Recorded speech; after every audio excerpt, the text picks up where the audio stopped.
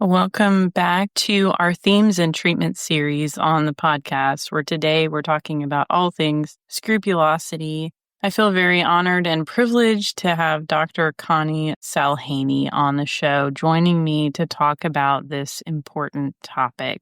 Dr. Salhany is the founder and clinical director of cognitive therapy of Staten Island and the founder of Catholic Mental Health Professionals.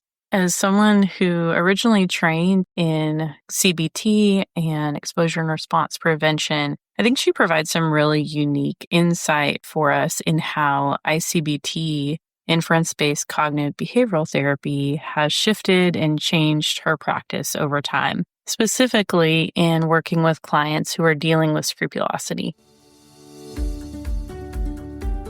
Hello, and welcome to Christian Faith and OCD with Carrie Bach. I'm a Christ follower, wife and mother, licensed professional counselor who helps Christians struggling with OCD get to a deeper level of healing. When I couldn't find resources for my clients with OCD, God called me to bring this podcast to you with practical tools for developing greater peace. We're here to bust through the shame and stigma surrounding struggling with OCD as a Christian, sharing hopeful stories of healing and helping you replace uncertainty with faith. I'm here to help you let go of the past and future to walk in the present abundant life God has for you. So let's dive right into today's episode. Tell us a little bit about yourself. Sure. I'm a clinical psychologist from New York, and I have a husband and children and grandchildren and a dog. And I've been doing this work since the Stone Ages. I'll say it's since the mid-1980s when I was a student. So it's a long, long time. Has this been your only career that you've had? Well, when I was a college student, I worked in Burger King and lots of other places. This has been my one and only profession. I just know a lot of people in the counseling field have had other careers or things and shifted gears, but I'm similar. I have not been in the field as long as you have, but this has been my only career. That's awesome. Your kids are grown now and you have some grandkids. Yep. Great life. Yeah. So many blessings. How did you get involved in the process of becoming a clinical psychologist? Did you start out working with OCD, or was that something that you just started seeing a lot more of? How did you get into the OCD work? I knew that I wanted to treat anxiety disorders. I knew that I wanted to do the best I could. So I researched. And at that time, CBT for anxiety disorders. I just got my hands on everything that I could. I landed an internship at a nonprofit patient advocacy organization called Freedom from Fear. At that time, they still do a clinic. And so I worked in the clinic, and it was a super exciting time back in the mid-1980s. Now, I'm talking before Prozac. Folks were using exposure, but not like with ERP that we know today. So we were using it, and they had a satellite at the place that I was working, which was research through Columbia University, College of Physicians and Surgeons, and the Psychiatric Institute. It was just such a blessing to be there at the time when they're doing all of this groundbreaking research, because the people who were coming in with OCD weren't getting better with the tricyclic antidepressants and with some of the treatments that were done at the time. And there was like a buzz of excitement. I had this great mentor, and she was wonderful. And she was, oh my goodness, head over heels in terms of all of the research and everything. And it was really contagious. And then from there, I just kept learning. I always wanted to try to learn as much as I could for my patients. And so I learned Becky and CBT, and I learned some ERP, and I took classes with whoever I could take classes with, with whoever I could to learn anything that I could to help people. It was really a passion. You were starting to see what we use for anxiety, we can't necessarily use the same strategies or the same approaches for OCD. Exactly. Yeah, it was really, really exciting time to be there. And then you got trained in exposure and response prevention. That was considered the treatment for OCD as far as the psychotherapy standpoint. And as well as a variety of other treatments that I learned for other anxiety. Well, at that time, they were anxiety disorders, now OCDs by itself. So I learned everything that I could. And now What's really interesting is that 2.5 years ago, I became aware of ICBT, Inference-Based CBT, and that spark that I was telling you about. Yeah. Again, it was like this contagion, this fever, it took over, and I wanted to, again, to learn everything I could about ERP, and then ICBT became my thing. I threw myself in, and I started to see amazing things happening. You're one of the people in the ICBT community that is really kind of known for treating scrupulosity. Certainly, there's a lot of clinicians who treat it, but that's one of your specialty areas within ICBT. That's what we're really trying to explore today is what is scrupulosity? Like, how would you define that just for the lay person? That's really a great question. Scrupulosity, like if we look at where it dates back to, I think it's always been here, but we can see maybe 15th century Roman Catholic Church and this notion about folks who have worries about sin, about committing some grave sin, a need for atonement. Yes. And it's kind of like, we could say like seeing sin where there isn't sin, or it actually comes from like a little pebble, a scruple. The idea is that this little sharp pebble, right, would be like sharp or hurting, and think about like a sensitive conscience and a person being exposed to this pebble and the pain. Just thinking about the term scrupulosity, depends on the literature. It depends on what you're reading. So sometimes scrupulosity looks like a subset of OCD. Okay. We could be religious scrupulosity or moral scrupulosity for people who aren't religious, but they're just worried about violating some kind of moral code or value that they have. Also, you'll see religious OCD, and that's more about practices. It could be practices in whatever the faith tradition is, messing up those practices. Or like I've got to pray a certain way, or I've got to pray with sincerity. I have to, like for Catholics, I have to confess constantly. Did I do a fast correctly? Did I observe certain feast days correctly? We can go on and on, but the idea is that this is grave. This is terrible. This is something going to result in damnation and all of that. I'm going to jump in here to say there's a variety of different obsessions that I've seen amongst Christians, which can be anything from, am I truly saved? Do I have enough faith?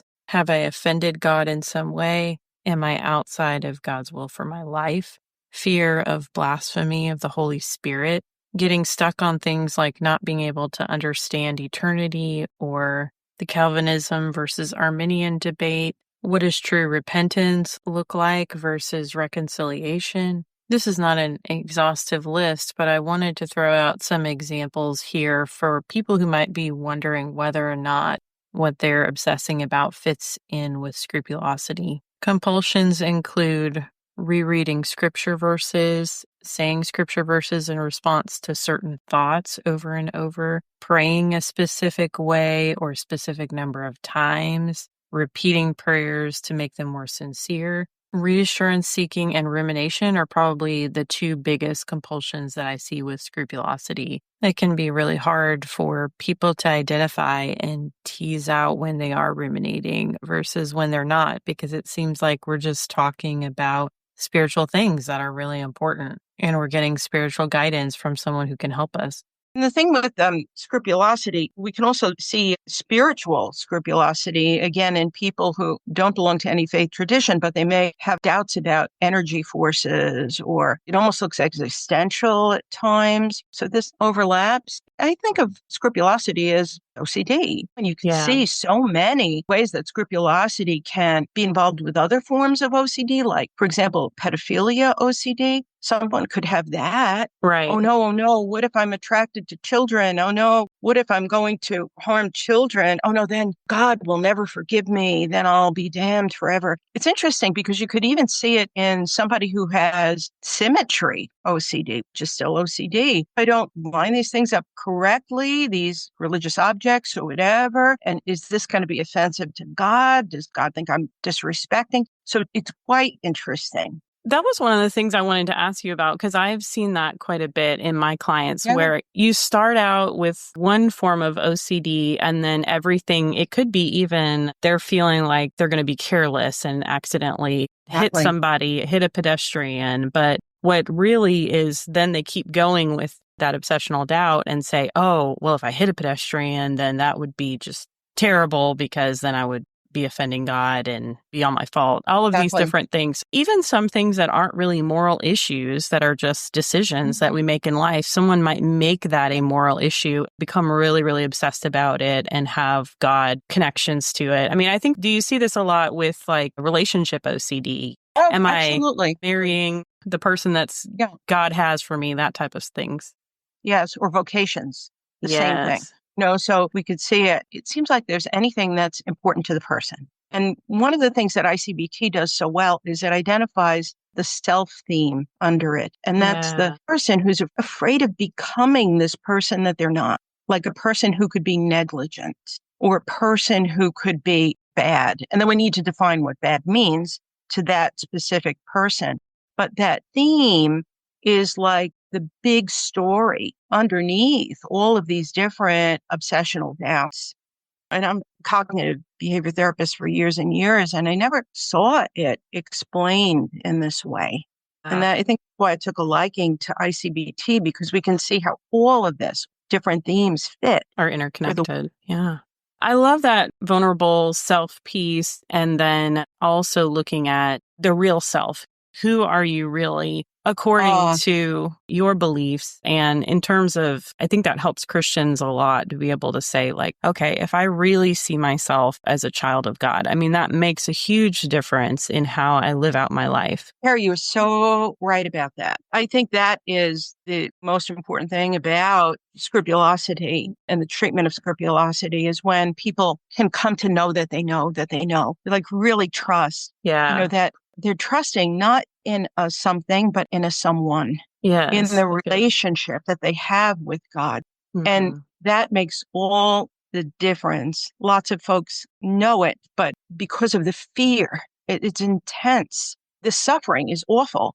But when they come to know that, it changes everything. It really does. And I find that a lot of people will seek help from a pastor or a mentor, someone in their church before they seek mental health help because they think this is a spiritual issue. Well, I'm somehow doubting God, or what if I've committed this sin? What if I have not asked for forgiveness? What if this means I'm going to hell? And those types of things. So it masks as a spiritual issue, even though it's not a spiritual issue. This is OCD affects people's brains. And so I think it's really important for people to understand that this is not a deficit in their spirituality. Absolutely. Yeah. The people that I meet really, they want to connect with God in a positive way. That's really like their true desire underneath. And all of this OCD gets in the way of them having that really authentic, genuine connection that they want to have. I agree completely. And I think that's what draws me to the treatment of scrupulosity. It's the people. They have such beautiful hearts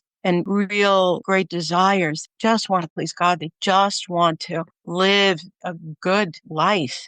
They are really beautiful, and they're so tortured by a story that has nothing at all. And in treatment, if we can restore them to that, it's amazing. There's nothing better. This is like a joy if we can help folks to get there. So I love this work for that reason. We've talked about this before on the podcast, and there's exposure and response prevention for scrupulosity relies on a lot of imaginal scripts. Did you have some discomfort surrounding that when you would try to utilize it with clients? Can you tell us more about that? Sure. First off, we know that ERP works. Great treatment for myself. In my treatment of folks with scrupulosity, I always shied away from imaginal scripts with Scrup. I would do it with other things. Yeah. And I would also do exposures, let's say a more in-depth way with other things. I have no problem sticking my hands in the garbage, touching my face, touching my hair, modeling that. No problem at all. But I remember even in training, I was like, please don't give me a script case. Please don't give me a script case, because I felt so uncomfortable with that. There's a lot of reasons why I didn't want to add to someone's distress, but I also didn't want to confuse the person in terms of what their faith practice was and what was an exercise in treatment. So then I relied a lot on ACT for Scroop, I did a lot of ACT work. I'd still do response prevention, but I wouldn't do like those hardcore exposures like, oh, gee, that a person could be possessed by the devil or wanting to sell their soul. I wasn't doing it. It wasn't coming from me. It violated something within me. Again, I leaned on ACT a lot. Acceptance and commitment therapy. Correct. Acceptance and commitment therapy. But even then, it wasn't the best fit. I can see it now. Yeah. And I'm not saying that acceptance and commitment therapy doesn't work. I'm not saying that, or that ERP doesn't work. But for me, this is a better fit. And I think it's also a better fit for a lot of the people I see. Some other folks would never do those exposures.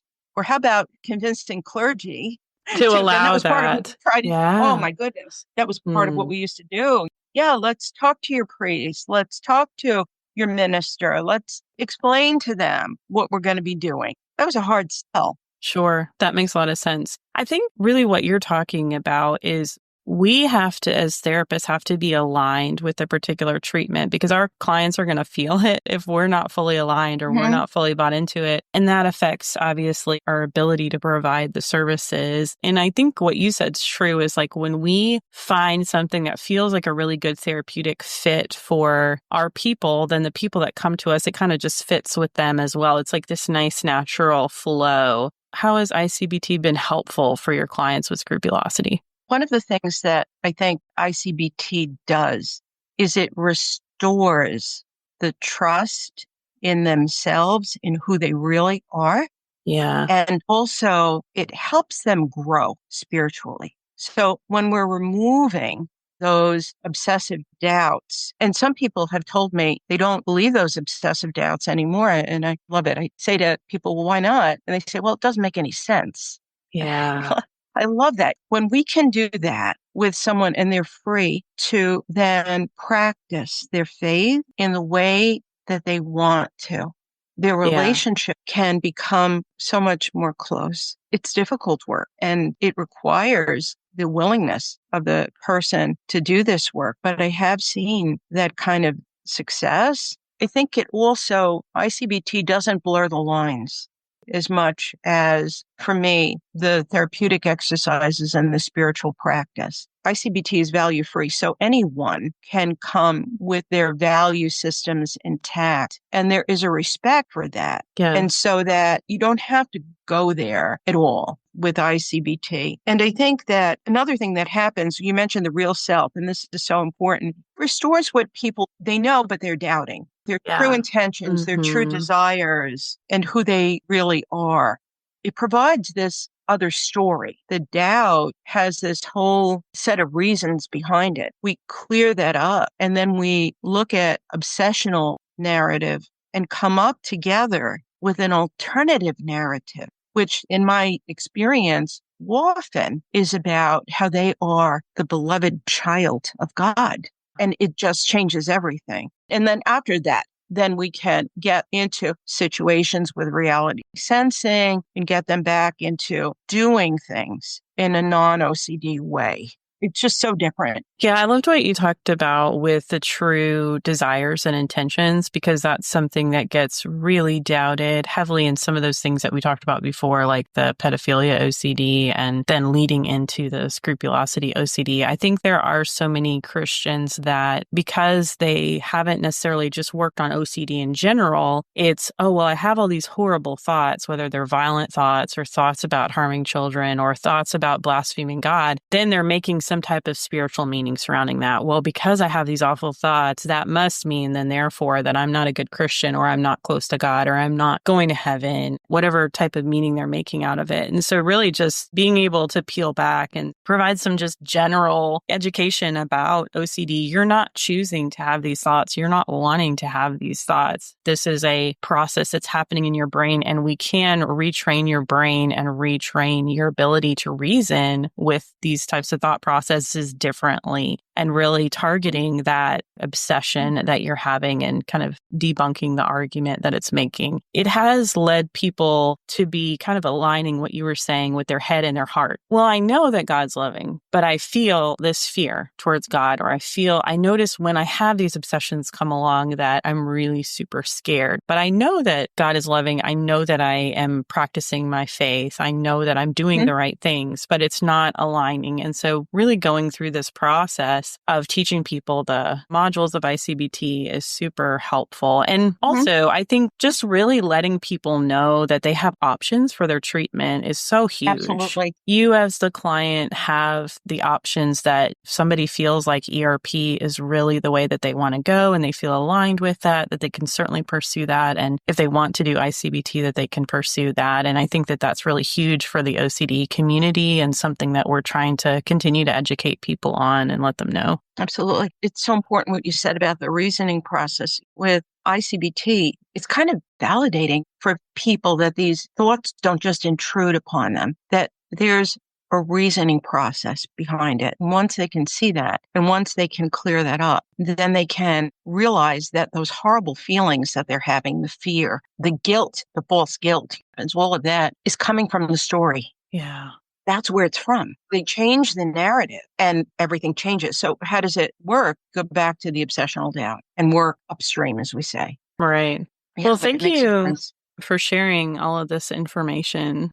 Our listeners will find it really helpful, and we'll put links for them to find you in case they're in New York or want to pursue seeing you.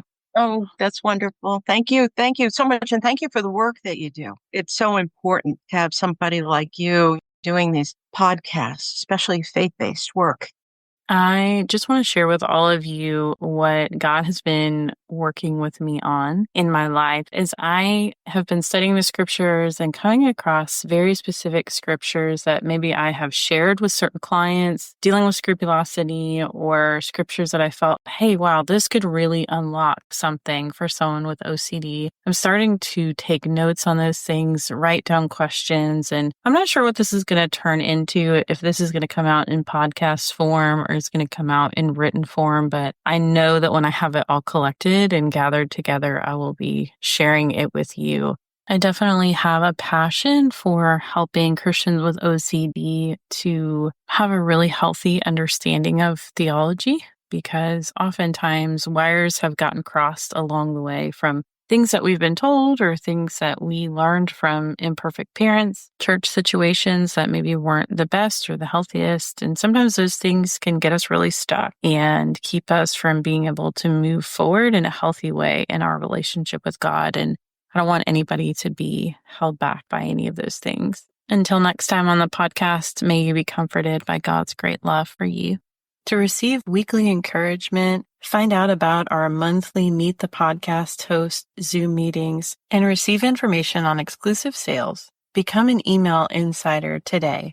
All you have to do is go to carriebach.com and scroll towards the bottom of the page. You'll find a spot to put in your email and receive a free download in your inbox from us. Until next time, may you be comforted by God's great love for you.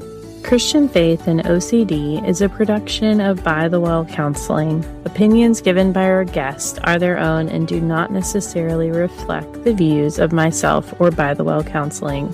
This podcast is for informational purposes only and should not be a substitute for seeking mental health treatment in your area.